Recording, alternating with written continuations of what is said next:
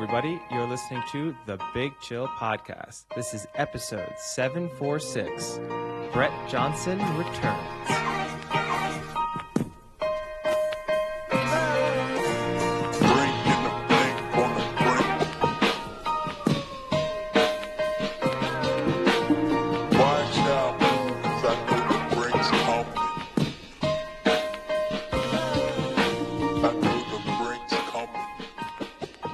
Hello, Big Chillians, and welcome back to the Big Chill Podcast. I'm Frank, joined as always with Eddie. Eddie, how's it going? Yeah, go back in Paris. Travel's done for the week. So nice, relaxing weekend, long weekend here, and yeah. Well, I think everyone wants to know, how did the golf tournament end up? Well, I guess we should say first as a teaser to really keep the diehard listeners waiting for that. Obviously, we're going to be joined by Brett Johnson a little bit into the interview. If you're only here for the Brett Johnson part, which I can understand, that's about 20 minutes in. But if not, stick around. But you should stick around, because if you're not a listener, you'll be happy to know that Eddie was called out to the UK to join a golf tournament, and he sandbagged everyone and gave a super high handicap with the hopes of winning a tournament that has no prizes. There were some prizes. There were some bottles of champagne and other various things and some hats on offer, but no significant prizes, that's for sure. I guess question one, did you win the McLaren for the hole-in-one? No, didn't get a hole-in-one. Did you touch the McLaren? No, I didn't actually. Did you see the McLaren? I did see the McLaren. I did see it. It was there. It was parked outside of the golf club. The McLaren was there. Did anyone hit a hole-in-one to win it? No, there was a closest to the pin competition, and actually one of the guys on my team, so we were split into teams of 3 or 4, and the guy on my team won the closest to the pin competition, which was actually nice. not particularly close, but it was probably a 210-yard par 3, so there weren't that many people getting, within close proximity of the hole. I mean, that's like a pitching wedge for you. I putted. But yeah, no, my team finished 4th out of 6. Oh, not good. Not great. I'll say this. Bottom 50% for sure. I think we were the only ones who gave honest scores. Oh, wow. Already coming right out and calling people out. I love it. Because this is classic. So the way it worked, it was Stableford, and the best 2 scores from your group were taken for the team score. So you could have for the entirety of not like each hole. For each hole. So okay. So you it allowed some pressure off. If you were just having a disastrous hole, you probably were not a factor. And the group in front of us won. And I would guarantee that every hole that it was pretty spaced out. We didn't have too much waiting around. But whenever we did have waiting around, we had the chance to see at least one of them in a bush, 15 yards from the tee box. So the fact that they somehow managed to win kind of blew my mind. And when I did speak to a couple of the other participants, we had very strictly, we just a very enjoyable group, but we did do proper hit another tee shot. Okay, you take your drop, but we're adding the penalty scores. We went by the rules. No mulligans. No. And turns out there were a lot of mulligans being thrown around. Wow. On the other team, a lot of gallery drops. Just were there galleries there? No. And I do get the argument of the gallery drop, because there are definitely moments where you lose a ball, and if you'd been a professional golfer, you don't lose that ball. So I do sometimes get it. You just hit it into the rough, and it would take you 5 or 6 minutes to find it. You don't really have the time. You don't want to hold everyone up. Could you just drop the ball in the rough, hit it again, and not count that?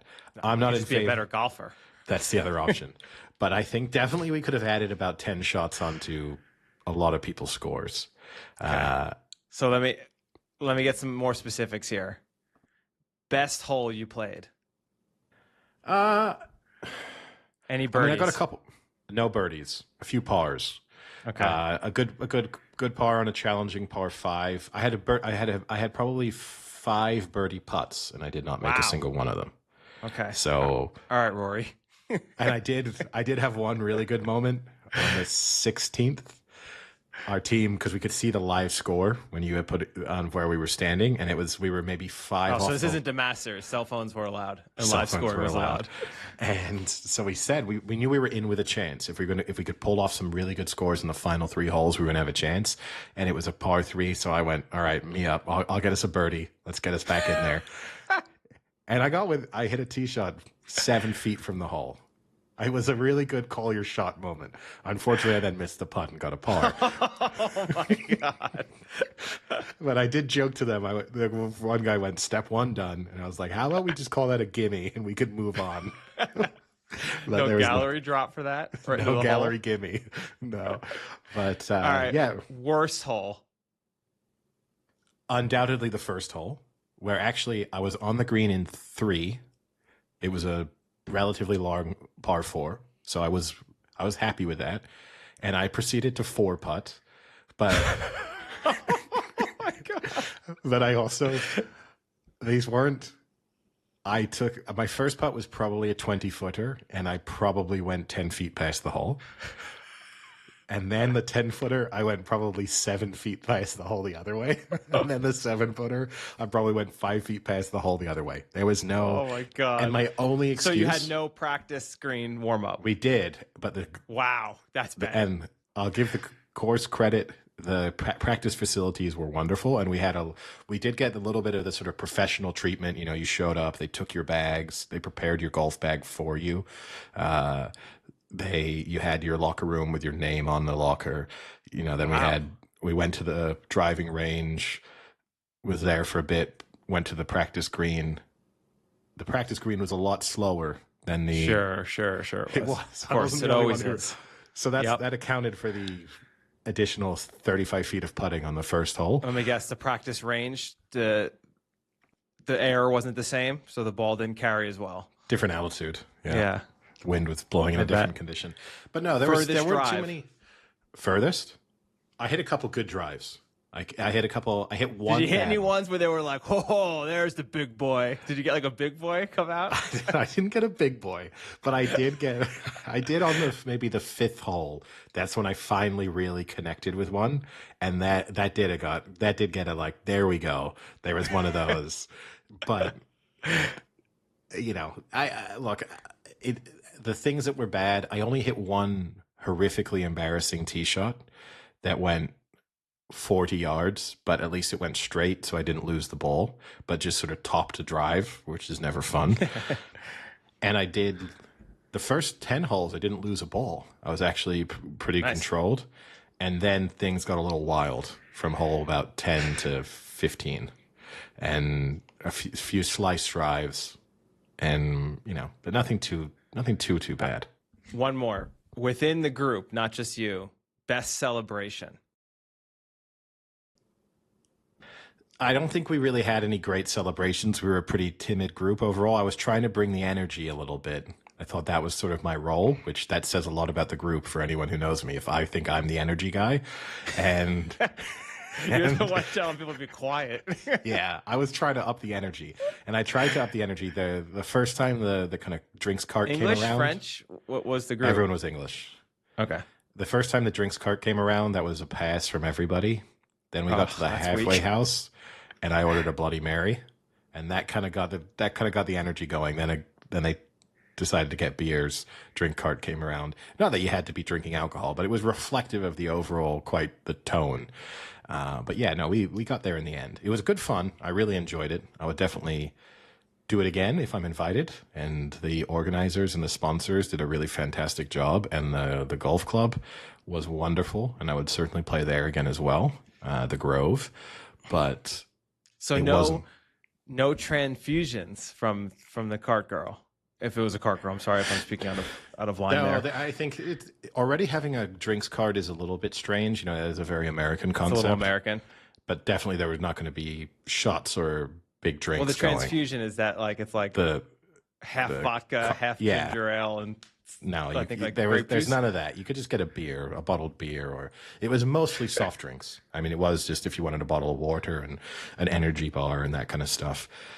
But no, it was really, really enjoyable. And then afterwards, took my clubs, cleaned them, which is probably the first time they've been cleaned in about 10 years. So that was nice for that guy. He was not able to clean the rust off my sandwich. So that was, but yeah, it was good fun.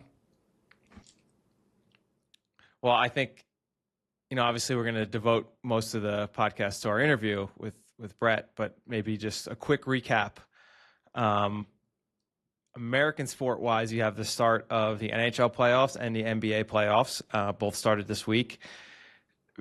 Too early in to kind of overreact, although some amateur-type podcasts have already put in their overreaction podcast to the game one. We're not about that. We'll let the games play themselves out. But a great win by the Toronto Maple Leafs. They look phenomenal in game one. So that's a good hope there. But the Lakers also lost game one, and there's been a lot of reaction to that. And I think, we talk about this all the time. Like, it's game one. Just there's a lot of playoff to be played.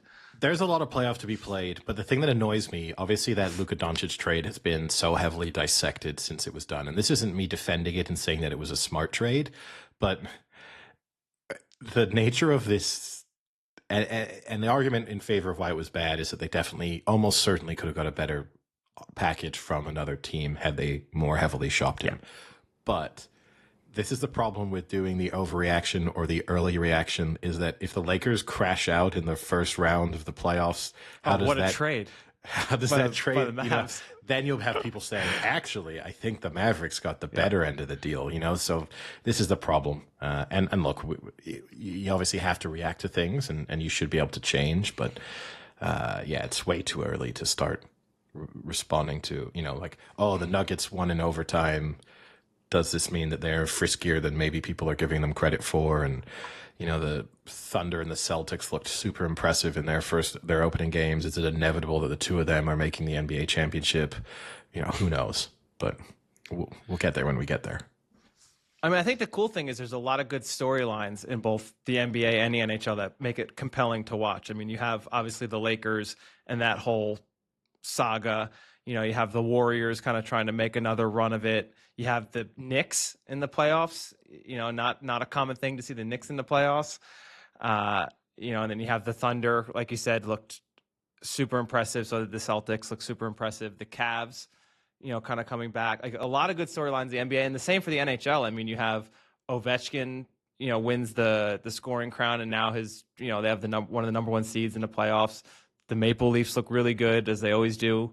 Are they going to last? So I think in both series, you have a lot to look forward to. It should make for a pretty enjoyable month or two of sport where, for me, I'm not a big in-season fan of watching NBA or even the NHL as much as I like hockey. But come playoffs, if there's a good storyline, I'm absolutely happy to tune in and watch. And I think I definitely will for the next month or two. Yeah, and it's always nice. We had a little bit of a down period for sport, and this is now when things start to pick up again. And just every night, basically being able to tune in and have some meaningful game take place, even if you're sort of a passive watcher of some of those sports, is nice. But yeah, obviously I'm kind of hoping the Cavs win. I think that would be a cool storyline from the NBA, or the Thunder, just because they've had good teams for so long and been accumulating draft capital and talented young players, and at some point you have to turn that into actual on-court success. And I think it is nice going, as you said, with Ovechkin. It's nice that he broke the record in a season where the Capitals are good, because it would have slightly diminished the achievement if he had broken the record and then they didn't make the playoffs. Yeah. And it was just kind of like a nothing season for Washington, but he has this individual achievement to go along with it. Yeah. Yeah, a lot of great storylines in the NHL. You have obviously the Oilers not taking care of it last year and kind of coming back, and how many more seasons they're going to have this stacked roster. It'll be fun. I love it. NHL playoffs are so fun to watch. It's so aggressive. I love it. But no, aside from that, and the Premier NFL? League, obviously. Well, NFL draft this Thursday, Friday, Saturday. Coming up. We'll have some reaction to that next week, but but no, I don't have any bold predictions as to some crazy outcome that I think is going to happen in the draft. I'm sure I heard the Niners, Giants are going to redraft Daniel Jones. nice, and I'm sure the Niners will nail it as usual. Yeah, I'm sure. They'll come up with another. Never wonderful... a bad pick from the Niners. No, especially in the first couple rounds, they always do extremely well at the top of the draft. And then the Premier League, Liverpool continue their somewhat anticlimactic march towards their title. They're kind of doing just enough without looking without looking overly convincing. And I guess we haven't had the chance to discuss the Champions League, which was a slightly more interesting thing since we recorded our last episode, where everything sort of went as we expected it to, in which the teams that won their first legs all went through. But Aston Villa gave a really good go of it against PSG and missed some really good opportunities to level things up in the final 20, 30 minutes, which was a shame for them, because just to be able to see extra time would have been fun. And Europa League throughout the...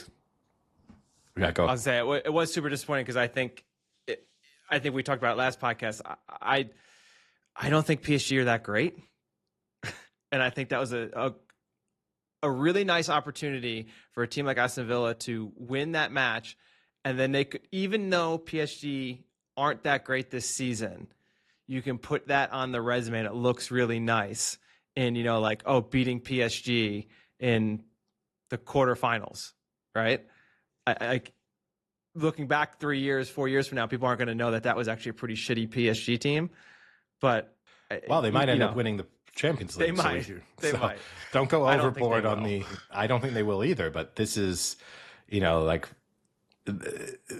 is not the strongest set of final four teams in the Champions League. So I don't think we can rule out any of these teams coming out on top. I think PSG, Arsenal seem to be finding a bit of their form again, and you have Saka coming back, and maybe that will be. I would definitely put Arsenal favorites in that matchup. And on the other side of things, Barcelona look good at the moment, but at the same time, they have some stinkers every once in a while, and Inter Milan are efficient but not spectacular. But beat Bayern Munich. They did. And, ultimately that came down to, Bayern Munich missed a host of chances over the course of the two legs and really probably should have found their way through. And then the real excitement in Europe was the Manchester United extra time comeback against Lyon, which I was watching it in a hotel bar where the Lyon women's team was staying ahead of their Champions League semifinal against Arsenal at the weekend. So that added to, there was a little bit more atmosphere in that hotel bar than I was expecting when I got back from the Gulf. I love how you just casually brush aside Arsenal in the semifinals of Champions League. It's as if it didn't even happen. I'm not brushing. Times you go on your rants and then you just casually throw in that they're favored in the semifinal match and just go right by it. No, but I'll say this. It's because I have enough respect for them in terms of their size of their club that I don't think them making the semifinals of the Champions League should be viewed as an outstanding achievement. Like if Aston Villa had made it, that would have been a huge talking point in how we would have sort of led that discussion. But all four of the teams that have made it to this stage, whilst it might be surprising when viewed in isolation this season, they're all big clubs with good recent history, either domestically or in continental competitions. PSG, it's easy to say they're not great. This is, I think, the fourth time in the last 6 seasons they made the Champions League semifinal. They're kind of the most successful, aside from Real Madrid, they're sort of the most successful team in Europe over the last, half a decade. Yes, they haven't actually managed to win the Champions League, but they're consistently finding themselves in the latter stages. And Arsenal, yes, this is the one thing that's missing from their long list of achievements over the last 20, 25 years. But, I watched Arsenal play in a Champions League final 20 years ago. Well, not even. So, I don't think this should be viewed as, what an outstanding achievement for Arteta and his team. And they've spent a lot of money to get to this stage. So the expectation should be that they're making Champions League semifinals every couple of seasons. And good for them. They're pulling it off. And they may well win the Champions League. I would put them as second favorites I think Barcelona should be favorites based on what we've seen from them. But I think Arsenal will beat PSG over the course of the two legs, and they'll give either Barcelona or Inter Milan a really good game in the final. And their ability to score from set pieces in particular, not Declan Rice free kicks, but their corners and other set pieces, mean that they are a tough opponent for any of these teams, and could beat any of them. So would not be surprised if Arsenal won. If they win the Champions League, that's the point at which I can start hearing from all their fans. But, former co-host Sam was sending me a host of Instagram reels about Arsenal beating Real Madrid. And it was, I don't know, just sort of wanted to say, act like you've been here before, which you kind of have. I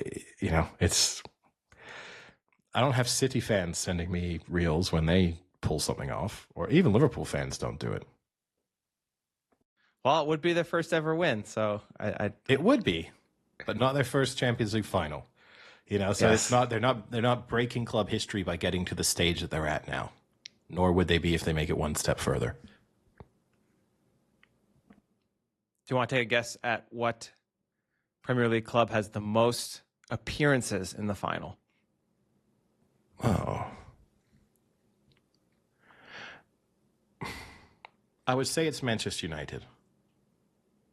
No? It's not even close. Oh, at Liverpool.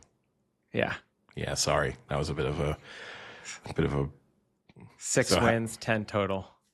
And we're United at 2 wins? 3 wins. 3 wins. 5 total. Okay. Chelsea, 2 wins, 3 total. Wow. Nottingham Forest, 2 wins, 2 appearances, 2-0. Yeah. And City, 1 and 2. And Arsenal 0-1. And Aston Villa, 1. Sorry. Yeah, don't know how just Liverpool, rarely the first thought I have on anything, so easy to miss.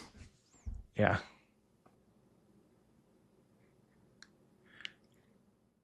Well, I guess let's save our pop culture TV show talk for next podcast, because there's a lot to unwind with 2 shows, both The Pit and The Last of Us.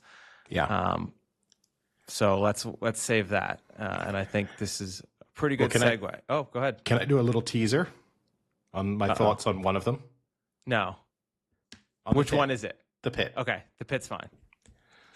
Are we sure that final episode had to happen? That would be my teaser on an otherwise outstanding first season of television, but maybe we went one episode too far.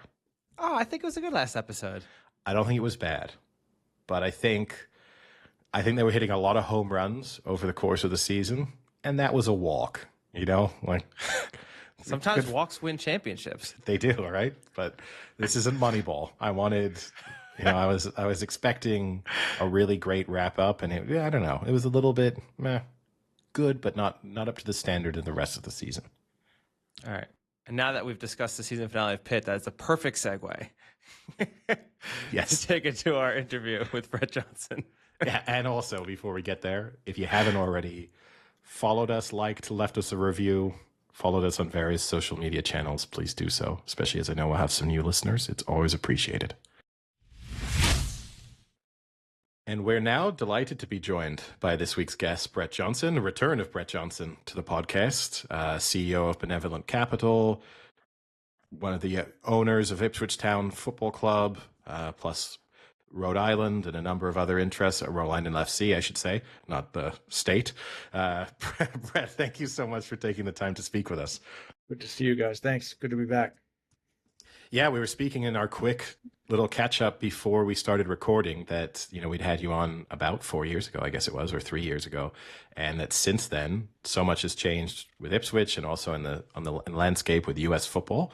And it seems like a lot of the predictions or goals you'd set back then came true. So we'll see if you can be just as successful in sort of predicting the future this time around. Yeah, let's go for it. So I guess front and center, maybe best to start with Ipswich Town. Since we spoke to you, you've had 2 promotions, made it to the Premier League, level of success that I think probably no one really saw coming. I mean, I'm sure you had hoped for it, but to set the expectations there would have been probably a little unrealistic.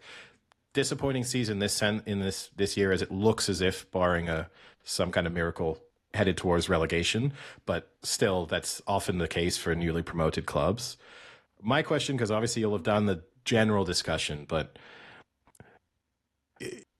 what was the realistic sort of 5-year plan when you took charge, and how much does what was probably unexpected success impact then what the future planning looks like?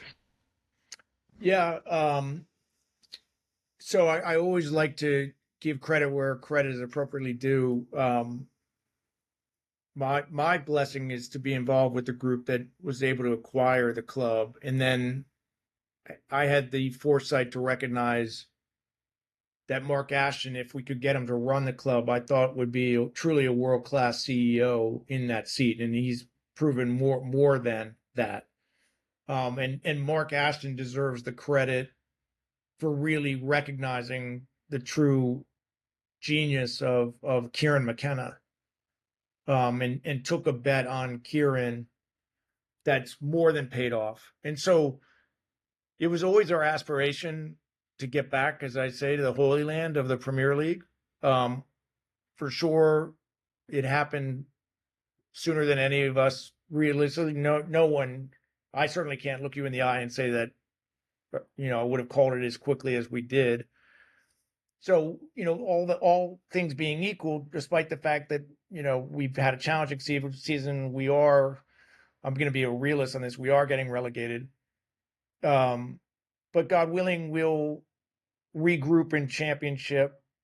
And I never try to take anything lightly, but I think we're going to have a very strong club going back into championship.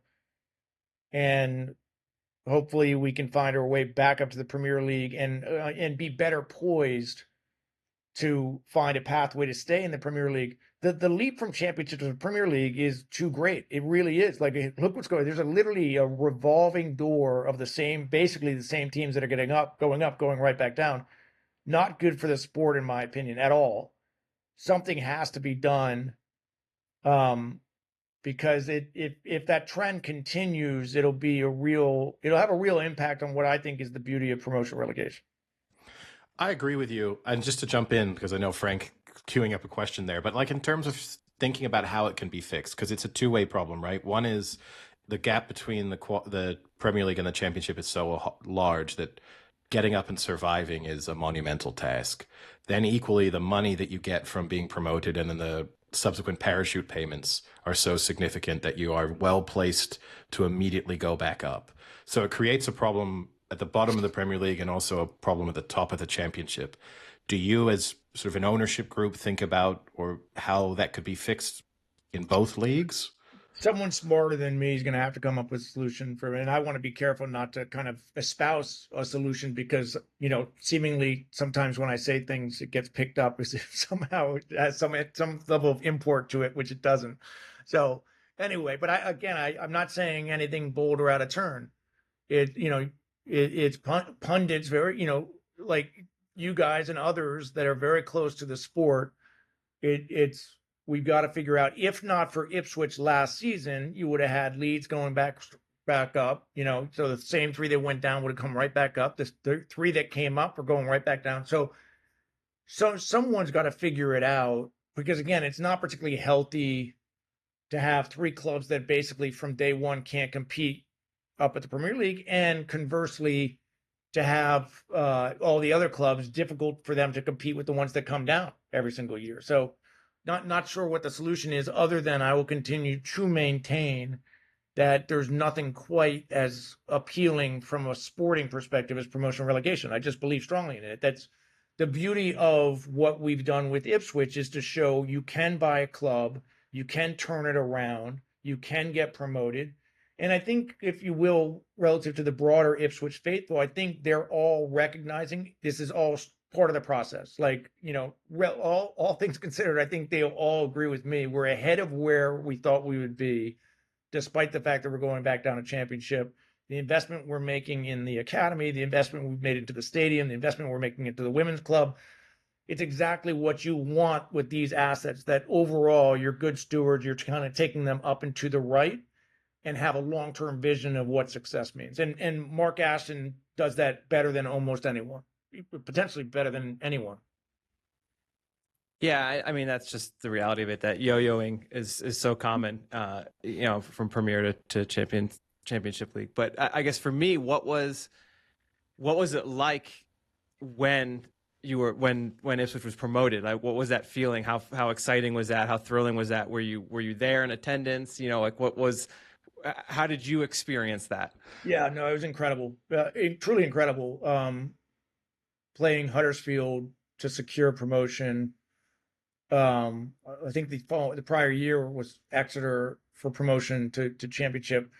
Um, that championship season was a magical run and some just incredible moments. Beating Southampton basically on the last play of the game near the end of the season.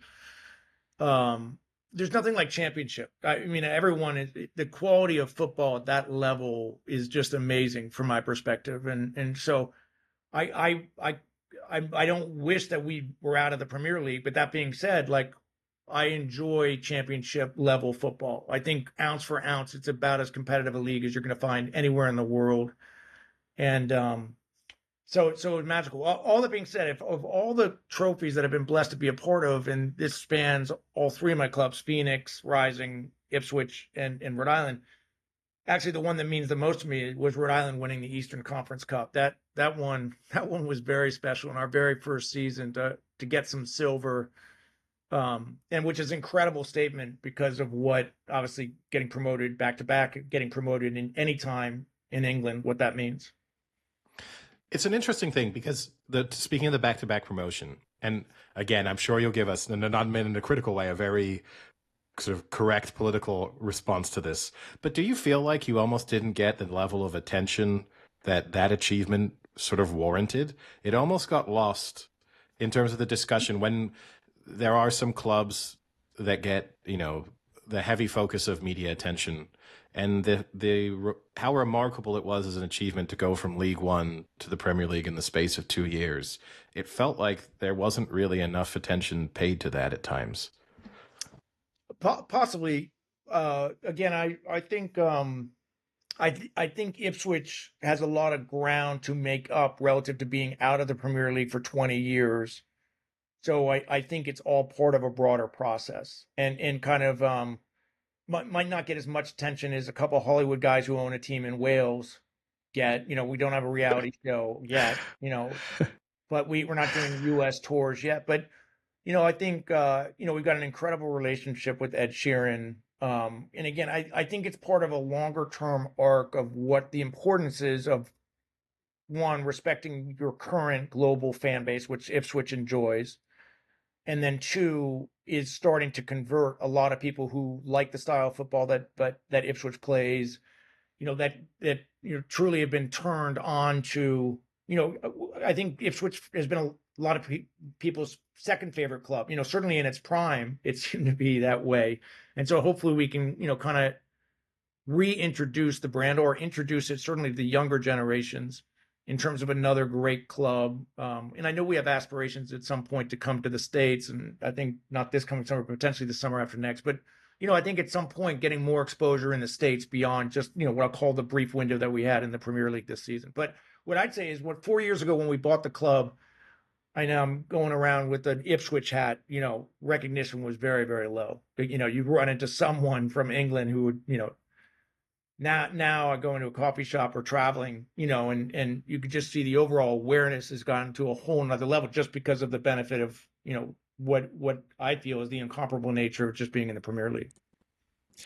I think, you brought up Ed Sheeran, and I think it raises a good point. At least in the States, you're starting to see a lot of the Premier League clubs, or just the clubs in general, a lot of the English clubs, they have some sort of star power associated with them now. I mean, like, for instance, you can think of J.J. Watt now, and Tom Brady, and things like that. So how much do you see that kind of playing into the popularity of your club in kind of having some sort of backing from, like an adjacent type of fan base? Yeah, good question. Again, I think Ed Sheeran's genuine love and passion for Ipswich from an early age.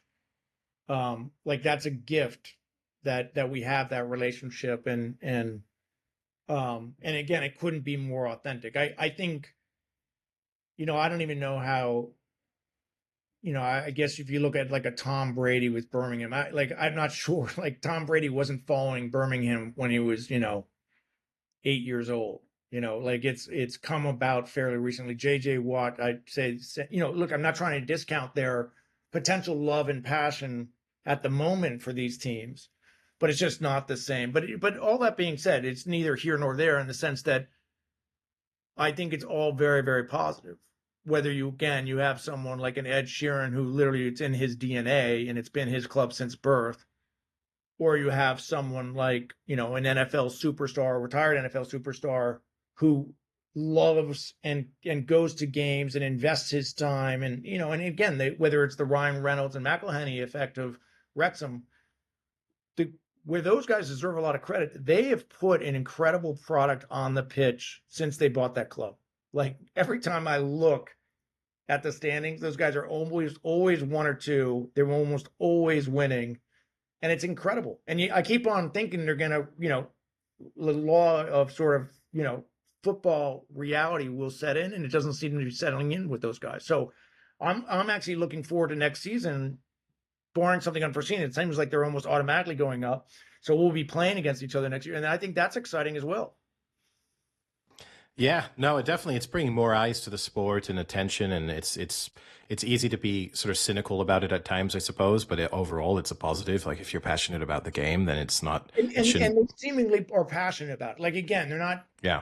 Like I'm sure there's some examples early on of me, where but by and large, a lot of these celebrities, a lot of these athletes, the ones who have meaningful stakes, they really genuinely seem invested in it, like following it, like care about it. And again, not where in the past where I think, literally, figuratively, some of them were dialing it in or just were lending their names to it or didn't have any skin in the game.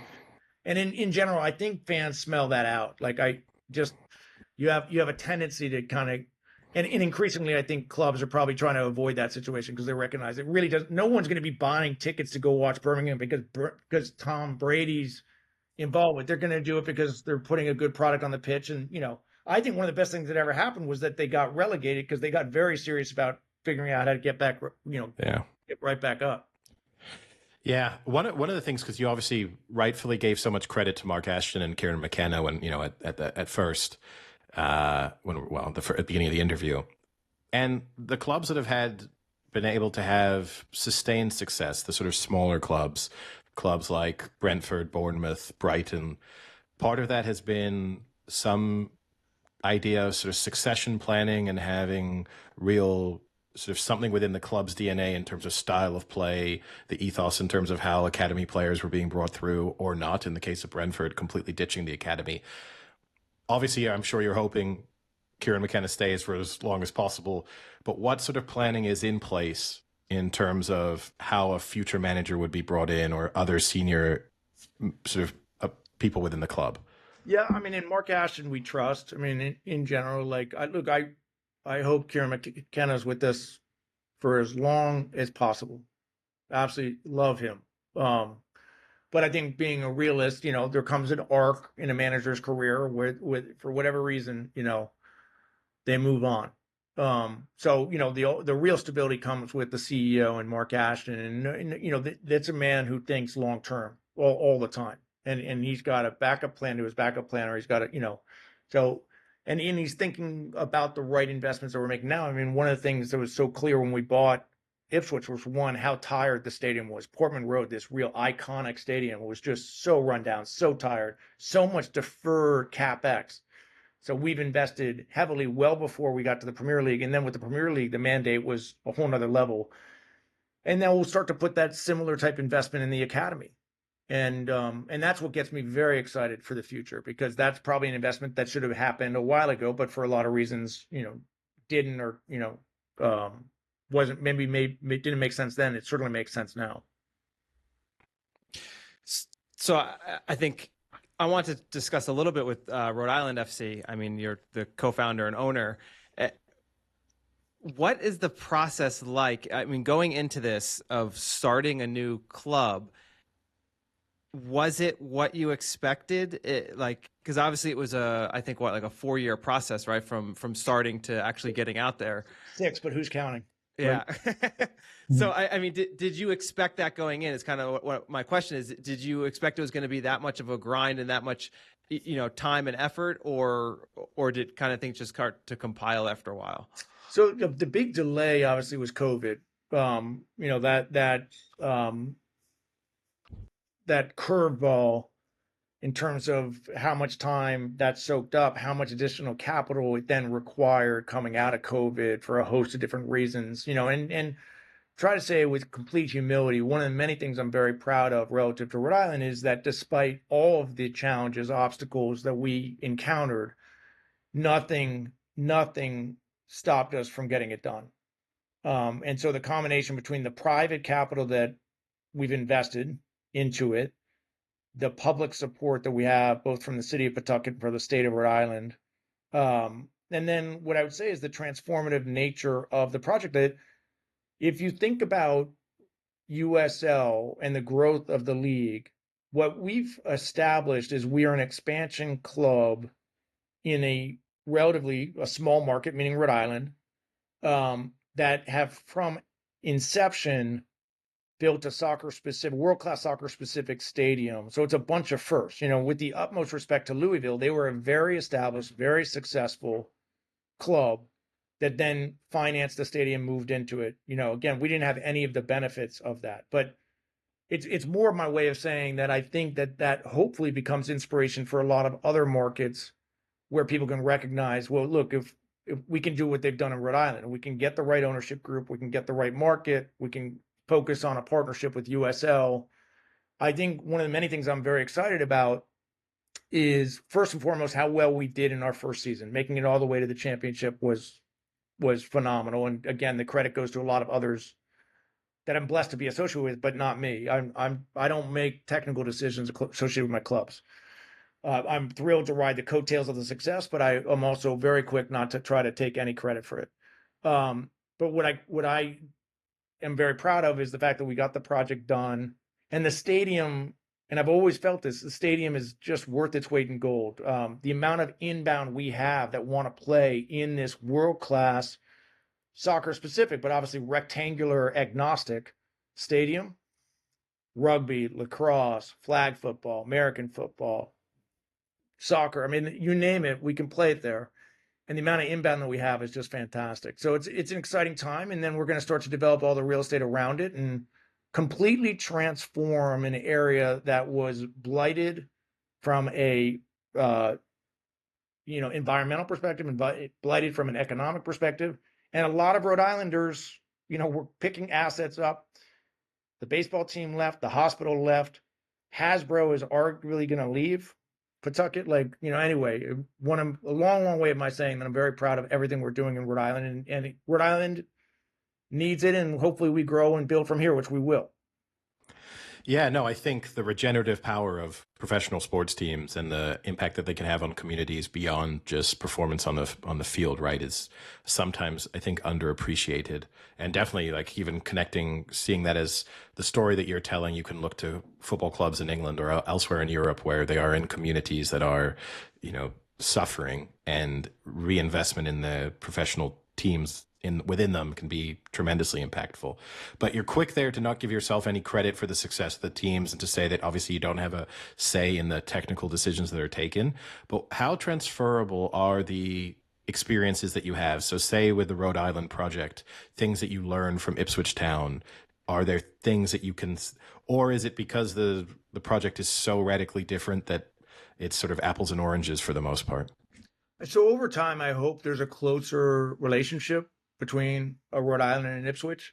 Very early on, Cano Smith, our head coach of Rhode Island, went to Ipswich. I was able to open up doors. He was able to spend time with Kieran and his staff. And look, I'm sure by osmosis, that's a very, positive experience. But, that's kind of it's more reactive than proactive. In other words, over time, I'd love to see a closer, and I think the adoption of promotion relegation, the creation of what USL's Division 1 league, like I think over time, clubs like Ipswich will want to have what I'll call as a U.S. foothold, a U.S. strategy, and increasingly USL is going to be a lot more attractive because I think you can give young players quality minutes in a competitive environment that's very similar to what they've got going. So I think USL in the past month, adopting Pro Rel and announcing the intent on a Division 1 sanction, that's one of the things that I'm probably most proud of because I've been a vocal advocate of all of that for a long period of time. And I'm very proud of USL, and I'm proud of all the other owners in USL kind of recognizing the import of getting that done. But now the work starts. It's easy to announce it. It's another thing to implement it. The last time we spoke with you, you're passionate about promotion and relegation and the idea that needed to be brought to U.S. soccer. And, obviously it's coming about through the USL itself. At the time we last spoke, the idea sort of for you as someone involved in the USL was that there was the opportunity there for the USL to be the second tier underneath the MLS potentially as a way of sort of solidifying that relationship. Does this, and I know you won't want to speak in definitive terms necessarily, but does this move by the USL make them just direct competitors and with a more expanded offering, or is still the idea that in the long term this could form part of a sort of singular U.S. soccer pyramid? Yeah, I've always wanted to be a little careful. I mean, look, I say it all the time. I've got the utmost respect for MLS. They're continuing to take, if you will, the product up and to the right. What I think the beauty of USL is you have the ability to truly create local grassroots, passionate football fans. I do struggle with, in one of many reasons, my first sort of entree into this space was because I was looking to get Phoenix into MLS. I pivoted because I started to recognize what I view as the superior return on investment of the right USL team in the right market with the right stadium, right fan base, et cetera. And it's a long way of my saying I struggle with a $600 million franchise fee as the buy-in to MLS. Like, as someone who does a lot in sport, if you give me an option of $600 million to buy an expansion franchise for MLS or $600 million to invest elsewhere, I will invest elsewhere. And I don't think I'm the only one who's voting that way. And so it's, again, not to knock on MLS. There's more billionaires every single day than there are MLS markets. Supply versus demand, the overall trajectory continues to go up and to the right. But if you take that 600 million, plus you build $1 billion stadium, plus you've got to compete, with the Lionel Messi's in Miami, et cetera, give me a USL club with Division 1 sanctioning where I can buy a League One team, get promoted a couple times, develop nice talent, fight in an environment of promotion relegation, and build a fan base. Man, do I like that. I like that option a lot. And I think a lot of other ownership groups will as well. Yeah, that's great. And then I guess you just mentioned Phoenix Rising, and I know you were involved with them for a while. I'm not anymore now, right? Because it's Rhode Island, so you had to disband. But were you still a part when they won in 2023, I believe, right? That was my last effective day. What I'd say is, that victory in Charleston, which was magical. I mean, I talk about the highs and lows in one game. I mean, 89th minute, we're down 1-0, we score. We're down 2-0 on penalty kicks. We come back 3-2. I mean, anyway, like anyone wants a case study in why there's nothing like the beautiful game, that'd be a good game to watch. But so that's a great way to go out then. It was a great way to go out. The very next day was officially, that's when Rhode Island was coming into the league. But I had really moved on. And again, I want to be very careful. I was still very much associated. Rhode Island had not officially entered. It was the next day, technically. So it was a great going away gift, and was very, very proud to kind of, after 3 attempts, to get a championship ring. So loved it. And again, what was interesting is that Phoenix team, if you watch the arc of that season, really wasn't an incredible team, had really struggled, but peaked at the right time. Like, went on a 4-game road trip, came back from every single game to make it all the way to the finals. It was you want to talk about a Cinderella story. It was magical. Rhode Island almost had the exact same thing last season, but obviously fell a little bit short. But anyway, it's one of many reasons why I feel so blessed to be in this space, because, as I say to investors all the time, you can put your money in a lot of different places. There's nothing quite like being involved with sport in terms of, God willing, more often than not, the highs associated with it. And that Phoenix Championship one, the promotions at Ipswich, the Eastern Cup for Rhode Island, been blessed with a fair bit of hardware in a short period of time. And I take none of it for granted, because it really, sometimes the ball literally and figuratively doesn't bounce the right way. Or given this weekend I just had, you get some red cards that, will change the nature of the game very quickly. No, that's great. And I mean, we know you've been generous with your time. And so thank you so much for taking this time to speak with us. And hopefully we'll have you back on more quickly than we did this time. And we'll see if Rhode Island F.C. and Ipswich Town have had similar rates of success as they did in between our last conversation. So let's hope. I'm praying. And, I'd say I'd like to see Ipswich, back in the Premier League. Like to see Rhode Island as part of what I'll call the inaugural class of USL Division I sanctioning. I think the stadium we've got puts us in a good position, the fan base that we've got and we're building, et cetera, which would be exciting. And then, continue to look at opportunities in this broader space, which I'm excited to talk about at some point with you guys. Yeah. So, no, I know you. Pleasure, Yeah, no, absolutely. We need to have you back on to speak about that as well. So before. Otherwise, if we wait another 4 years, Ipswich will probably have won the Champions League or something. So, Here we go. Your lips, God's ears on that. But what a pleasure, guys. And then, anytime you find yourselves in or around Rhode Island, please let me know. Would love to host you again. Oh no, absolutely. Yeah, that'd be awesome. I'm sure we can definitely find a reason to go. Okay. Thanks. Yeah, thanks so much for your time. I appreciate it. What a pleasure, guys. As always, thank you. Yep.